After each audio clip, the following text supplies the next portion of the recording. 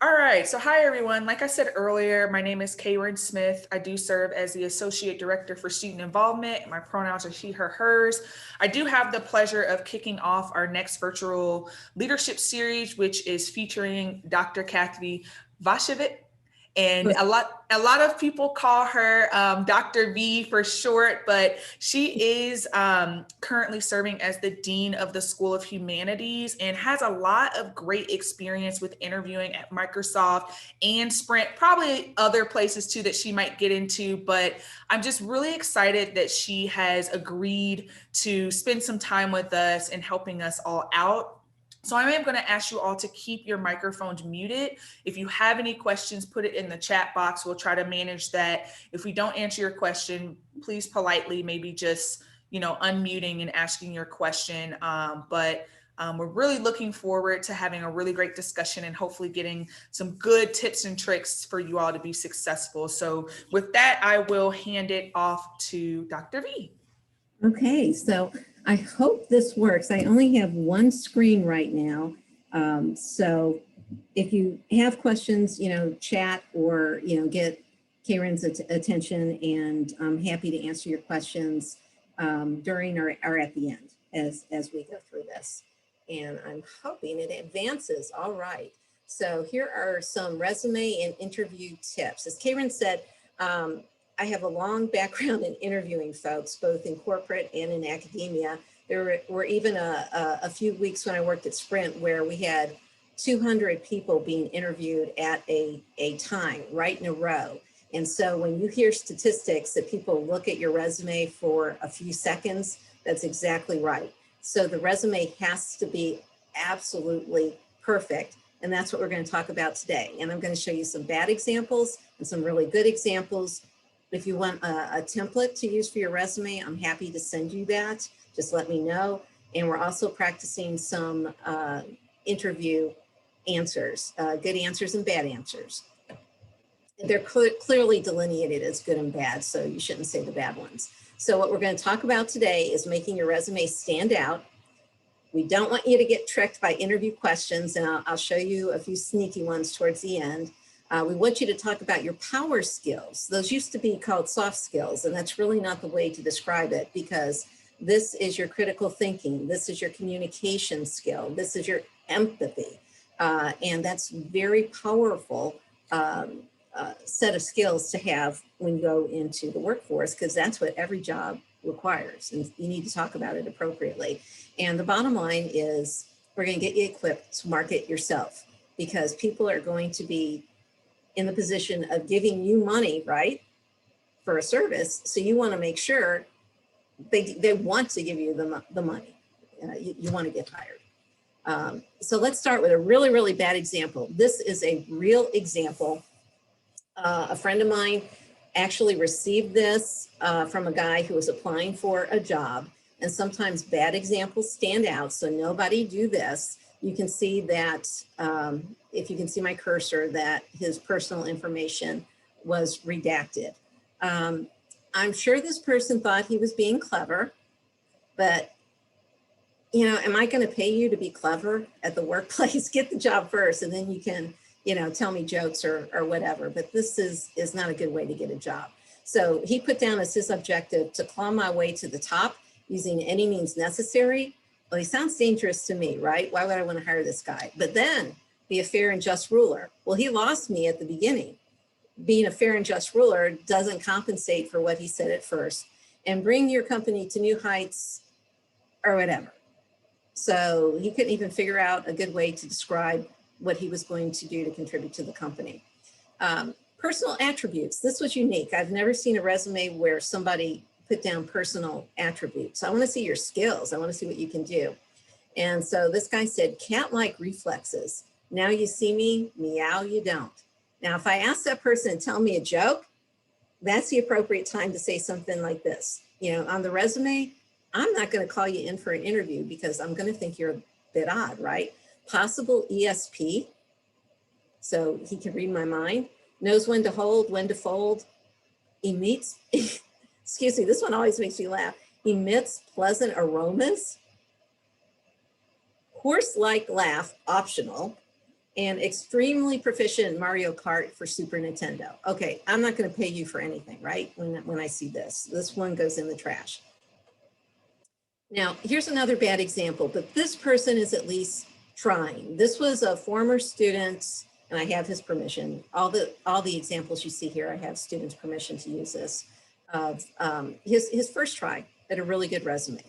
So we've got his name, we've got his contact information. There looks like something's missing here, right? It's not balanced. It doesn't look good immediately when you see it. And what else do you notice about this resume? Everything's bolded, so nothing stands out. Highly experienced performer, that sounds good. Comprehensive research and leadership skill, that sounds good. Key qualifications, and we have a list: diverse communication skills, flexibility, management skills, and team building. So he's on the right track, but it's not presented well. And when you have hundreds of people, when you have tens, dozens of people applying for a job, you want to be the resume on the top of the pile. You don't want to be in the trash can. Then we get to professional experience, and he gets a bit lost. Cape Fear Staffing. Well, I don't know what that is, first of all. He tells me a little bit. Worked for local lawn care service. Okay. Taking charge. That sounds good. He's a leader of mowing 15 lawns per week. So he's getting specific to customer satisfaction. So he's working towards the right idea, and we'll get to the right idea in a minute. But he's not there. And he managed projects. Great verb, manage projects and time to ensure top-notch performance. Okay. Not a resume that I'm going to keep and call this person for an interview, but he's getting there. And the final resume he turned in for the class was beautiful. This one's a little bit better, although you get a little bit of odd word choice. Exceedingly experienced performer. Exceedingly. So I don't know if your generation knows about a thesaurus. You do if you use Microsoft Word and you use that option, but sometimes you don't want to use there's thesaurus for stuff like this, highly experienced. He was just trying to find a different word than highly. He elaborates a little differently. Experienced performer with outstanding communication, leadership, and strategic tactical skills. Key qualifications include. And so you can see that they were paying attention in class. Here's a summary of what they want to stress. You have items that stand out differently. This is bold, this is not. You have an education, but then look down here. The fonts don't match. Unfortunately, very nice person, but his resume is going to go in the trash, because when I'm glancing at it, I'm looking at it, this looks ugly. And so it's going to suggest to me that this person is not a good performer. So again, by the end of the class, he did a really good job, but here, not so much. Cooked and make food. So past tense, present tense for customer satisfaction. Clean restroom to provide a safe and clean restroom for customers. Great skill, really, because if the restroom's clean, the customers are going to come back. So in his second version, he talked about doing this to ensure repeat business. So he gave a really good reason. They got more skilled as the class went on. This was a resume. I entitled this one, Keep Trying. So this person decided to add achievements. I'm not sure prom queen of 2010 is an achievement. Unless you're going to be a marketing person and you can talk about your interpersonal skills and how you have a great magnetic personality and people like you, there's really not a good reason to include something from, this was high school. And then you look at the work history. This stands out. There's a little error here. It's hard to read, right? You have all this stuff in paragraph format. It's not real easy to read. So you have to make it easy on the hiring manager so that you stand out. This one gets better. It looks pretty neat, but everything's kind of smushed together on the page. So it's a little bit hard to read, but the information's good. It looks clean. This person's objectives: develop character in each athlete, teach the discipline, instill. This is really important for you in your resume. You need to begin each bullet with a strong verb. You don't want to say responsible for, because that doesn't tell me what you personally did. And he has picked some really strong verbs: developed, managed, coordinated. They're all different. You don't want to keep using the same verb, but we're getting to a really good example. And here's one where now the person has my attention. I put most of the resume into the presentation. It's on the next 2 slides as well. So that's why it looks a little chopped up. But look at this beautiful looking resume that's filled with nice information. I've got an email. I've got a mobile phone number that I redacted for you. And we have a summary. And this is not plagiarism. If you like this opening line, take it. Highly experienced performer, because you do stuff, you perform. I don't want to hire a student.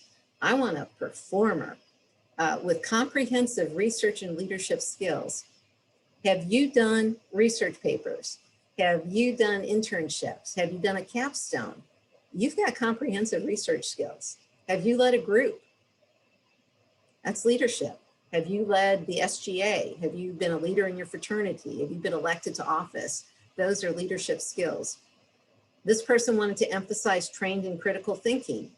If you go to Lindenwood and you take your general education classes, you should be trained in critical thinking. That is a great skill to advocate. She wanted to put 6 items down. Number 1, communication skills. Why? Because most job descriptions call for communication skills. So why not put that first on your resume? Organizational skills, event planning. She wanted to get a little bit into marketing. Relationship building. That's a great way to describe yourself as a team player. Problem solving. I do want to pay you money to solve problems, not create problems. Get it? Get a little bit different mentality. Marketing skills. She highlights her education near the top because she's a new graduate. It's very clean, it's very clear, and she said when she's going to graduate. So that's just the top of her resume. This is what comes next: professional experience. Whatever you get paid for, you put that under professional experience. If you didn't get paid for it, we'll show you the next category. But look how nice this is. This looks beautiful on the page. She's taken a lot of time and care to make a good impression on paper. Look at the verbs: led, informed, answered, prepared, planned, and executed. Inspired, what a wonderful verb. Managed. Very clear. It tells me what she did.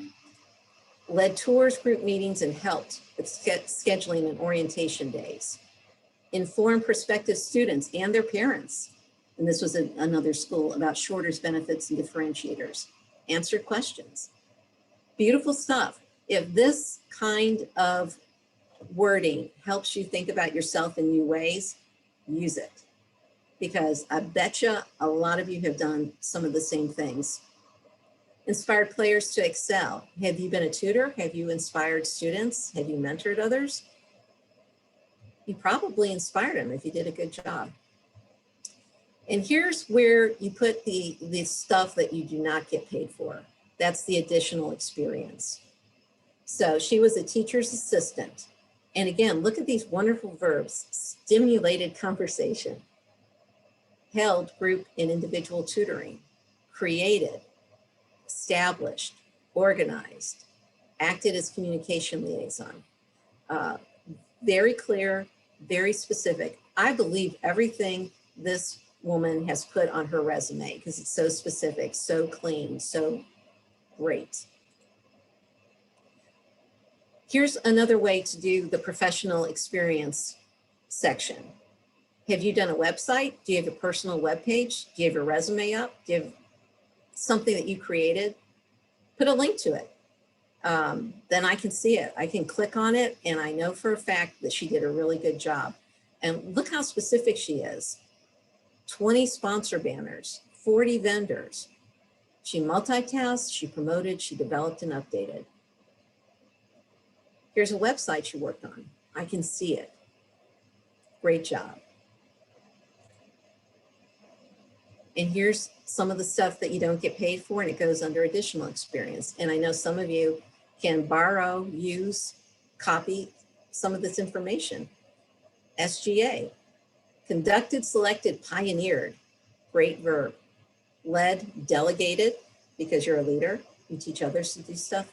Planned, conducted weekly Senate meetings. Look how specific, with 24 senators and 5 executive leaders. What did you do? Inform students about events, encourage feedback. Very specific. You know what you're doing. I'm impressed. You know, I want to call you. Look at this as a student. Planned and managed a $10,000 budget to 100% specification. That means this person didn't lose a penny, didn't lose track of a penny. Wow.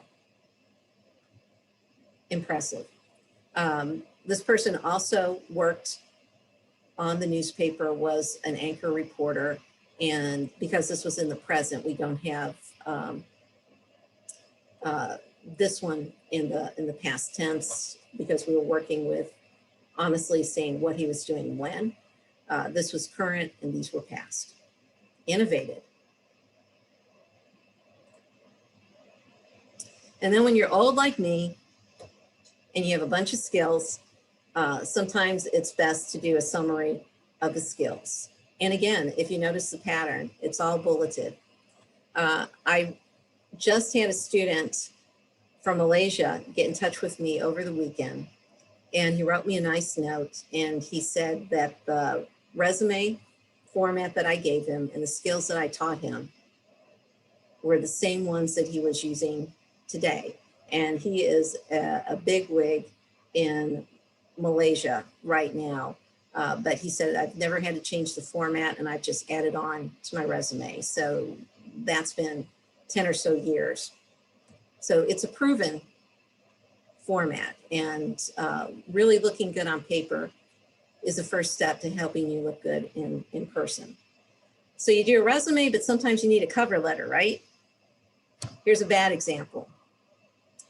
First thing I highlighted some things to talk about in particular. What's the first thing that stands out? It's ugly. It's gray. Why isn't it black? There is no spacing. How do I get in touch with Mark? What's Mark's last name? I don't know. Dear sir, madam, that's kind of old fashioned. I'll show you a good example in a second. I'm an ambitious undergraduate at NYU, triple majoring in math, economics, and computer science. I am a punctual, personable, and shrewd individual. I don't know about shrewd. Yet I have a quality that I pride myself on more than any of these. I am unequivocally the most unflaggingly hard worker I know. How many hard workers does he know? Is it only him? I mean, there are all kinds of red flags in this. And I love self-improvement. I have always felt that my time should be spent wisely, so I continuously challenge myself. I left Villanova because the work was too easy. Sounds like he's bragging, even though he wants to tell me at the end he's not. He thinks that employees will push him to excellence. He wants to augment his character by diligently working for you. I'm not going to pay you to augment your character. I want you to come with character. He's terrifyingly efficient. That's a weird choice of words. And it seems as if he realizes maybe he was a bit over the top here, right?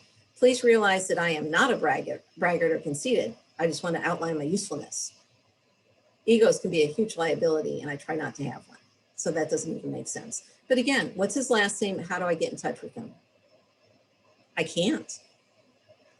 Your resume might be separated from your cover letter. You might have all the information in your resume, but nothing in your cover letter. And if you make me search for stuff, if somebody printed a paper copy for me, you're going to be lost in the crowd. So here's a good example, and y'all can use this format. It's a really good way to get your point across. And we can send out the PowerPoint, I'm sure, if you like it. Here's a date. Where are you applying? If you know the person, do a bit of research. Y'all Google. You know, my generation, we didn't even, that didn't even exist. Find the HR person, find the head of the department. Tell that person what you're doing. I'm applying for the position of recruiter that was advertised in the Chronicle of Higher Education. Why do you say that? Because I might have multiple ads out in different places. So you need to be very specific at tell me what you're applying for. Also tell me right at the front, I believe that I meet and exceed all your requirements. Don't let me guess. Everything I want in an employee, you tell me if you meet and exceed it. If you don't, then you shouldn't apply for the job, right? I'm a self-starter with a bachelor's degree, 2 years of successful recruiting experience from my fraternity, great communication and interpersonal skills, and a strong background in researching. And then here, insert how you meet and exceed these requirements and why you're a great fit. Talk about your degree, talk about recruiting, talk about communication and your other skills, talk about your research. Simple, very, very clean, very specific. Never ever say, as you can see in my resume, and drop it at that, because you just made me have to go look at your resume and put the pieces together. You do it. You make it very easy for the person who is reading your material. And then look here, be polite. Thank you so much for your time and consideration. I am happy to come for an interview at your convenience. I urge you strongly, just use this, cut and paste. You can contact me at, there's your cell phone, there's your email, and I look forward to hearing from you. Sincerely, Jose Smith. There's your phone number again. There's your email again. Remember, it's all for the ease of the person who's looking at your material. You know, don't get lazy for 2 little lines and say, oh, I just told them. No, this, all I have to do is look at the bottom of the page now and I can contact you. Okay, so those were the pitfalls of the resume and some good examples. A bad and a good cover letter, really good model for you to use. So let's say you have the perfect resume. You did a slam, bang, great job on your cover letter. I know how to contact you. So now I get to ask you questions when you come in for an interview. And you always have to be prepared for these 4. Tell me about yourself. Why do you want to work here? What's your biggest strength? What's your biggest weakness? And I urge you to be ready to lead the conversation, or else you might get asked questions you can't answer. So if you don't give specific information, people are going to continue to probe to get an answer. And if you don't have an answer, you're stuck. If you provide specific information up front, you're going to be in control of your own interview. And please practice in front of a mirror, because I have had so many students in the past, when we did this in class, they'd be talking and this would happen. I had one girl do this, and that's not going to get, I'm not going to pay her money to play with her hair, right? Or they do this and you don't know you're doing it until you see yourself doing it. And a very gross, real example was when someone at an interview, and this was in person, had sandals on and started playing with her toes. She didn't know she was playing with her toes. She got nervous and she just did it. And do you think I wanted to shake her hand at the end? Not really. No, not at all. And you get nervous, things happen that normally wouldn't happen. Or you keep saying the same word over and over again. Well, basically. So if you practice in front of a mirror, you can see what you're doing and you can hear yourself. So somebody says, tell me about yourself. What do you say? Well, you give them your elevator speech, your elevator pitch. And here's an example. This is basically the format that is really successful for a graduate. I'm an for this one, I just put English major, who will be graduating in May, because you're applying now. You want a job, with minors in Spanish and marketing. Tell them, I think I'm a great fit for this position as technical writer. Tell them why. Because I have excellent communication and organizational skills. I was a staff writer for the University Journal, and I led the team in selecting appropriate stories, as well as managed these stories from development to publication. Wow, you know your stuff. My minor in Spanish helped me to be culturally aware in terms of differences in communication styles. My marketing minor helps me to take big picture and strategic thinking into account when I take on writing projects. I think these skills prepared me for the next step in my career here at Boeing, or wherever it may be. But be very confident. I've had people, when I said, tell me about yourself, my favorite color is pink. Pink, pink, pink. That's me, pink. I'm not going to pay you to have a favorite color.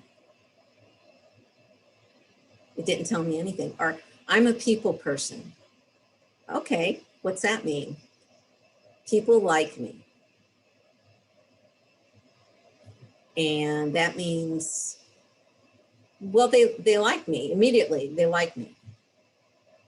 That all may be true, but it's how you talk about yourself. Well, as I said earlier, I'm a people person. I have great communication skills. Remember the prom queen example? I know how to communicate well with folks. I know how to make them like me, or I am likable. It's probably a better way to say that. I'm a likable person.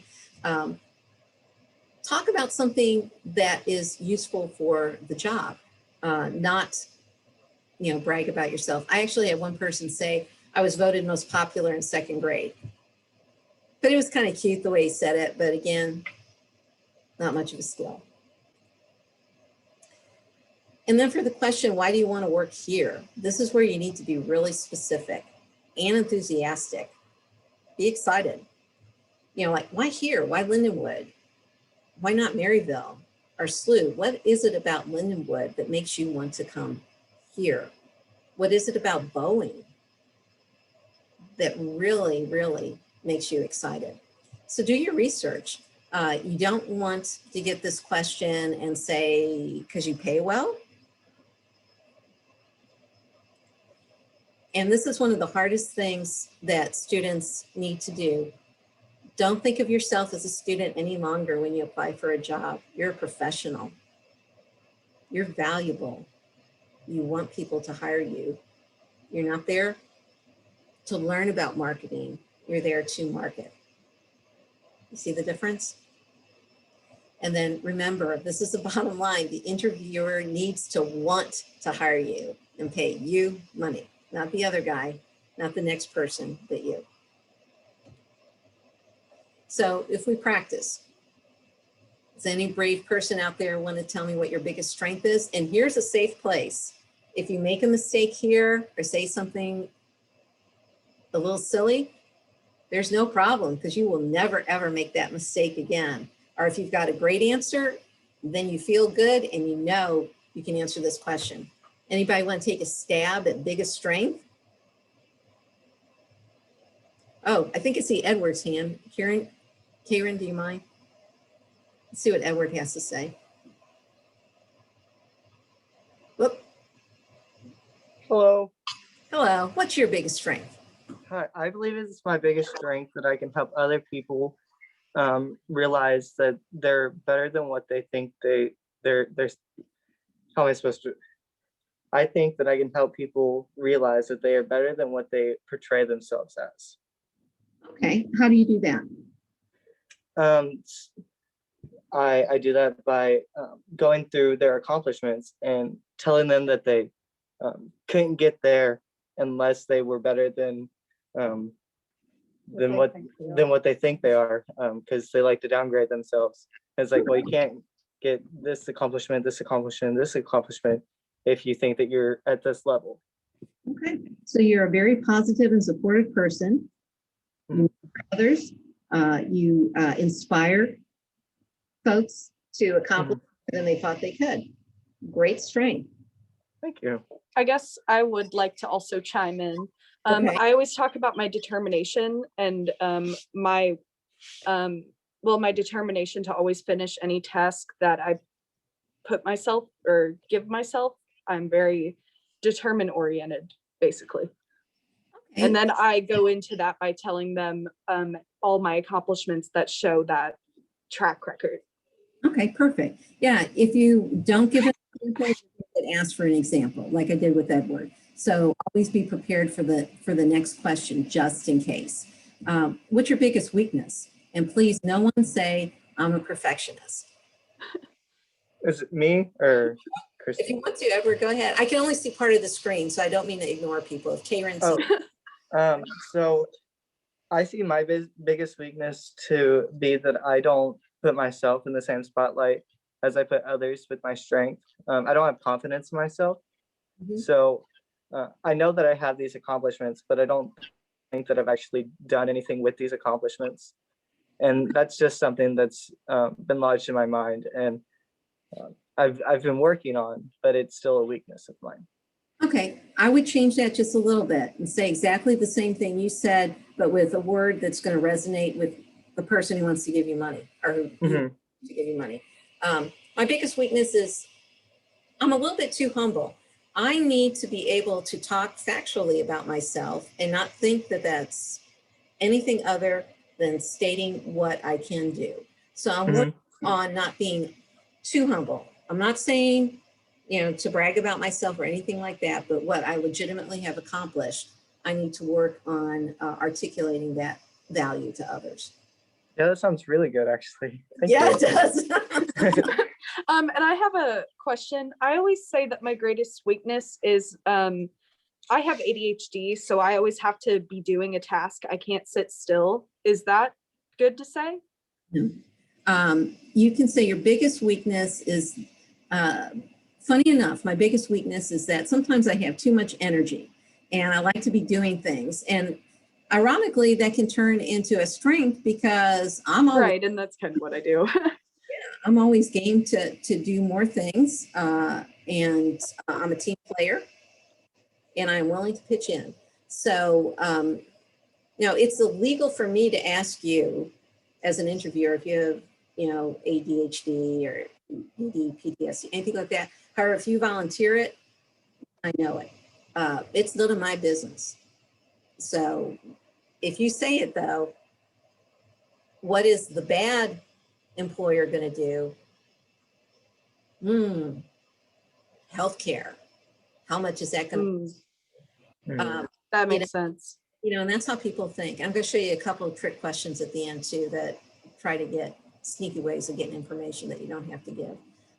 Did anybody else have an example, Karen? I didn't see. Okay, Gabriella. Yeah, Gabriella. Hi, yes. Well, I think that one of my weaknesses, well, my biggest one, is that I take on complete projects all my own and with no outside help. So there's like a lot of pressure and stress that I put on myself. Last year, I opened my small shop in Panama while the pandemic happened. And in there, I took everything. I took the baking, the inventory, doing the community managing stuff. Like I took everything from that business, and then I figured that it was something that was putting a lot of pressure on me. So that huge weakness, I took it and I feel that I'm better at it. And now I feel that I can improve that and just receive help from people. And to translate that into something an employer would want to hear, I was taking notes on what you said. My biggest weakness is sometimes I try to do it all myself. Yeah. Exactly what you said. But I'm learning to delegate. I'm learning to get other people to pitch in. And now that I'm doing this, we're all getting more accomplished together. Okay. Is it true? Yes, totally. Okay, so that's a really good way to do employer speak, if you know what I mean. Yeah. Employer speak. It's 100% true, but it sounds very reflective and sounds very, very professional. And it's the skill. If I'm going to hire you, you can't do it all, right? I'm going to need you to manage and lead others. So you just told me a really good thing about yourself, and that you're working on it even better. So good answer. Thank you. Very good. So let's look at this one. Tell me about a time you failed at a project. What was the result? What did you learn? Now, that's a good question. It sounds like they're trying to get something negative out of you, but they're not. They're trying to see how you recover. And Gabriella's answer actually is good for this. Time you failed at a project. Well, I tried to do too much. What was the result? I learned to delegate. What did you learn? We accomplished more together. We're a better team. We're a stronger team. Something like that. So interviewers want you to turn everything into a success.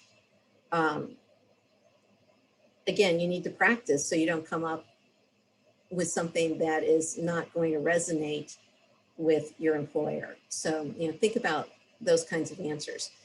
Tell me about a time you dealt with a difficult teammate. What did you do? What was the result? What did you learn? Now, you may not get these questions if you can see what I highlighted in gray on the screen. You may just get this sentence. Tell me about a time you dealt with a difficult teammate. You have to provide the rest of the information. Well, there was this one person on the volleyball team who kept jumping in front of everyone and we were losing games. Okay, what's the rest of the story?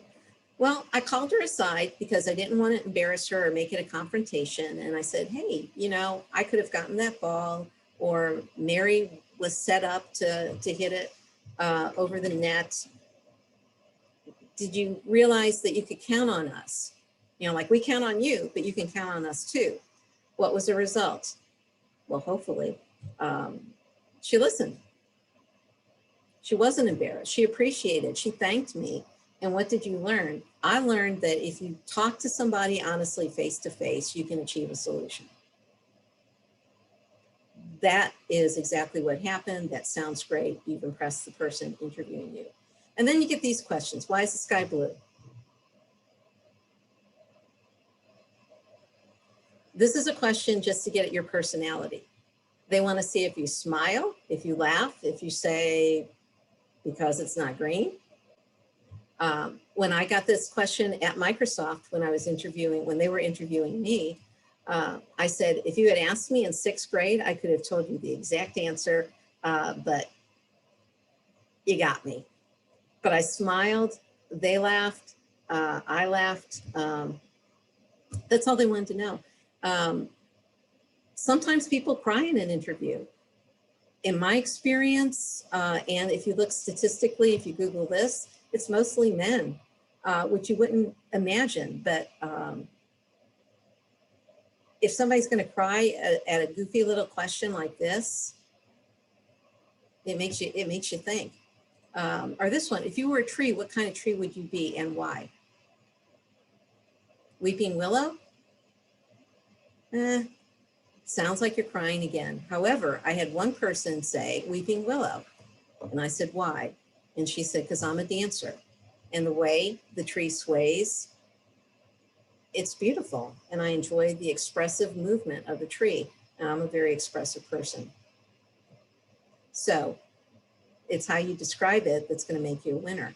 Or this one, and I think Edward got hit with this during an interview. Tell me a joke. You never know. You might not get that question. But again, if you're thinking in that way, you're more relaxed, you're happy, you're smiling, you're enthusiastic at the interview. If they don't ask you to tell them a joke, don't tell them a joke. But if you get this question, have one ready, or show your personality. Say, oh my gosh, I could have told you one, except now that you asked me for it, I can't think. I'll tell you one, in our next interview, or something like that. And then start the next interview with a joke. Say, remember when you asked me about a joke? And people will be incredibly impressed. Now, this is the don't fall for it section. Are you a dog person or a cat person? I'm a cat person. I hate dogs. I'm a dog person. You just offended me. So how do you get around this question? Maybe you say, well, what are you? You know, I like all animals, but I'm partial to dogs. What about you? What do you like better? And they may say fish, but it's just part of a conversation for them to get to know you. This one makes a lot of people misstep. Tell me about a boss or teacher that you really disliked.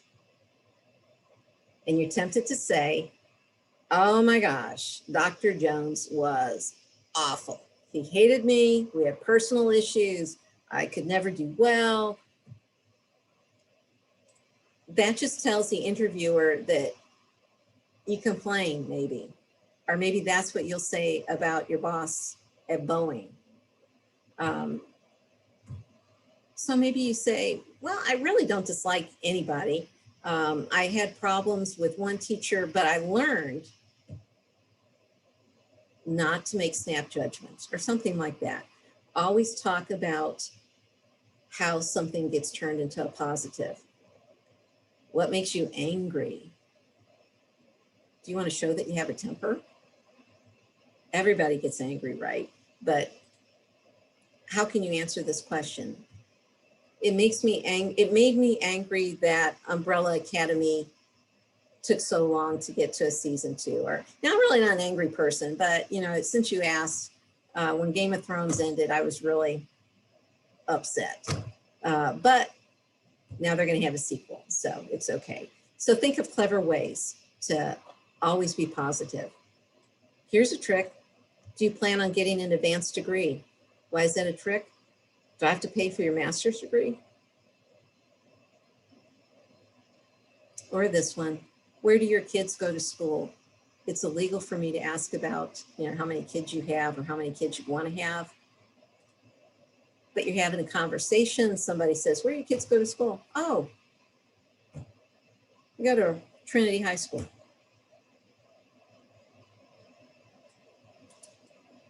If you don't want to answer the question, you can say,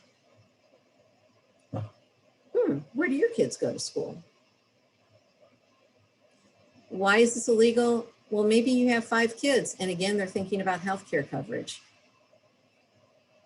It's unfortunate, but that's what happens. And that's why it's illegal for them to ask you outright, because it's not part of the discussion. They're interviewing you. And then at the end of the interview, prepare to ask at least one question. So when the interviewer says, so do you have any questions for me? You need to ask something. You're very tempted to say, no, this is great. It's all really clear. Appreciate your time.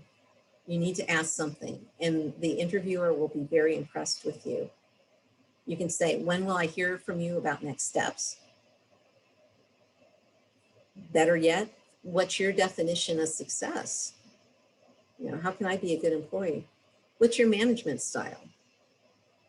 Now, remember, you're interviewing them too, right? You're finding out information. I had a boss who said, my management style is sitting alone in a dark room where I don't have to answer the phone and people only communicate with me via email. Well, that's not the kind of boss I want. So, you know, he's helped me make a decision that this is not the job for me. Or what do you like about working here? When I interviewed at Lindenwood, that's one of the questions that I asked. What do you like about Lindenwood? How long have you been here? And it was very eye-opening to see the camaraderie of the folks around the table talking about Lindenwood as a good place. Don't ask, do you pay for grad school? How often do you give raises? Do you offer flex time? How much vacation will I get? And this was a real question. I'm not making it up. The person actually said, can I bring my mom to work?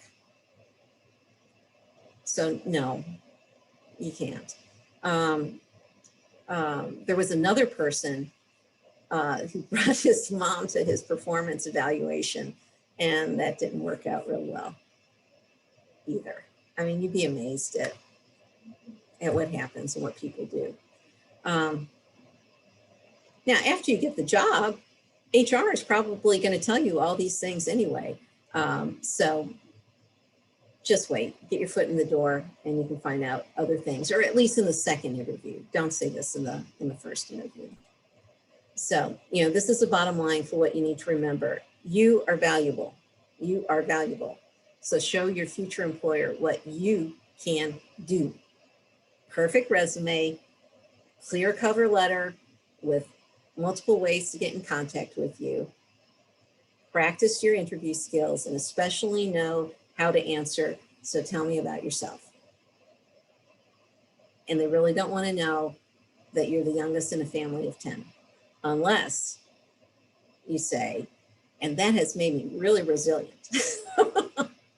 Have a reason for saying it. Nobody wants to know all of that. Oh, my mom was the only one born in this country and blah, blah, blah, blah, blah, blah, blah, blah. My mom was the only one born in this country, and that made me very culturally aware of what's going on. So I think that I have, really great communication skills. I think that I know how to communicate with people from other cultures. That's okay. A long rambling intro won't do it. Okay, so I hope I've helped you. Do any of you have any questions for me? Okay, I see God. Yes. What do I answer if they ask me what is my expected salary?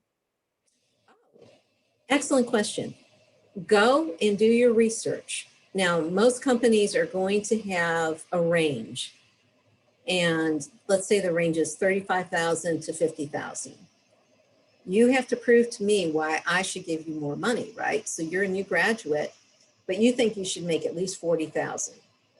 My first reaction would be 35. You're brand new, right out of college.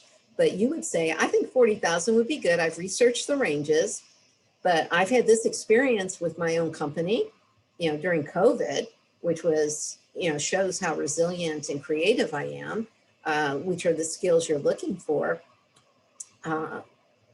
Whatever you can do to show that you have experience. If you have internships, if you have leadership positions at the university, all of that stuff, bumps you up a little bit. Now, if the person says, no, I really think, 35, then you have a decision. Do you continue the negotiation and say, well, I think I'm a little bit more than a beginner, or do you say, great, thank you, now I understand, and take the job?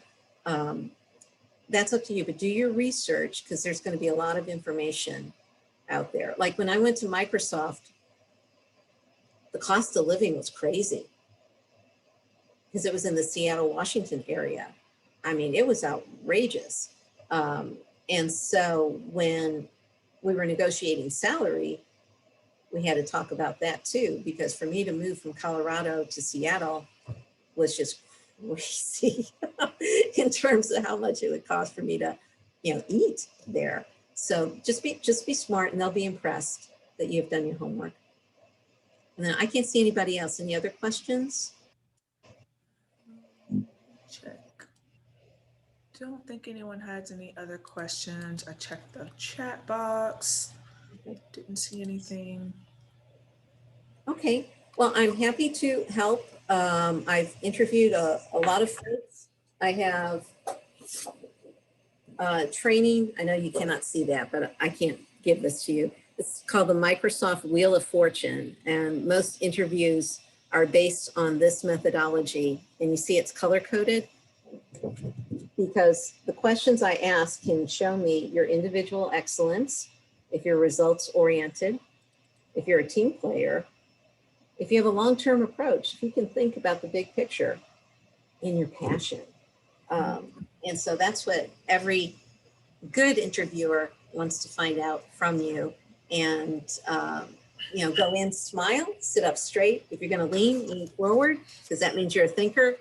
You lean back, they're going to think you're lazy. Subconsciously, this happens. So I hope I've given you some good tips.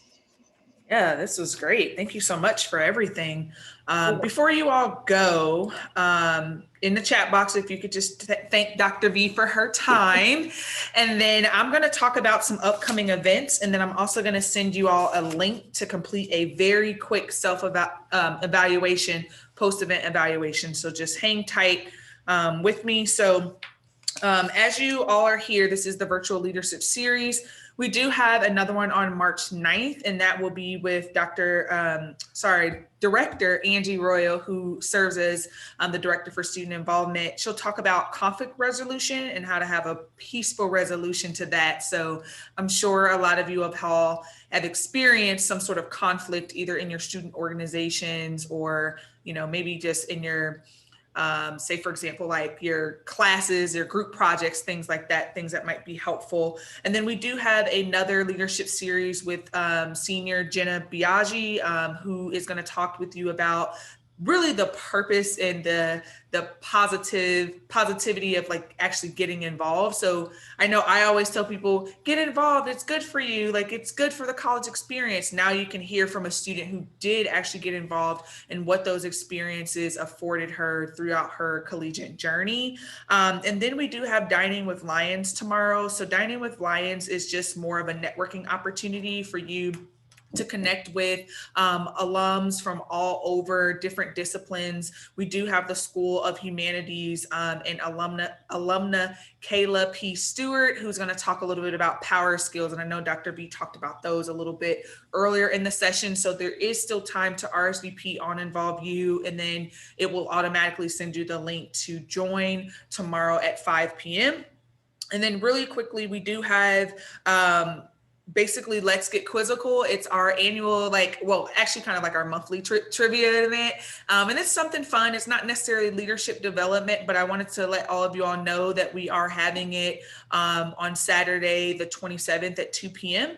So everyone who attends gets a prize. And then if you win first, second, or third, you get an even better prize. So just wanted everybody to know that student involvement really appreciates all that you all have done and just really pivoting to this virtual setting. So we found a way to safely have an in-person trivia night, or afternoon. So we wanted you all to come and enjoy that. And then lastly, I'm going to send you all the post-event survey in the chat box. So if you all can just take that, it's 3 quick questions and then an open-ended question if you have any feedback for us. But outside of that, I'm going to stop recording. But if you all have any other questions for Dr. V, I'll stick around so that you all can get those questions answered.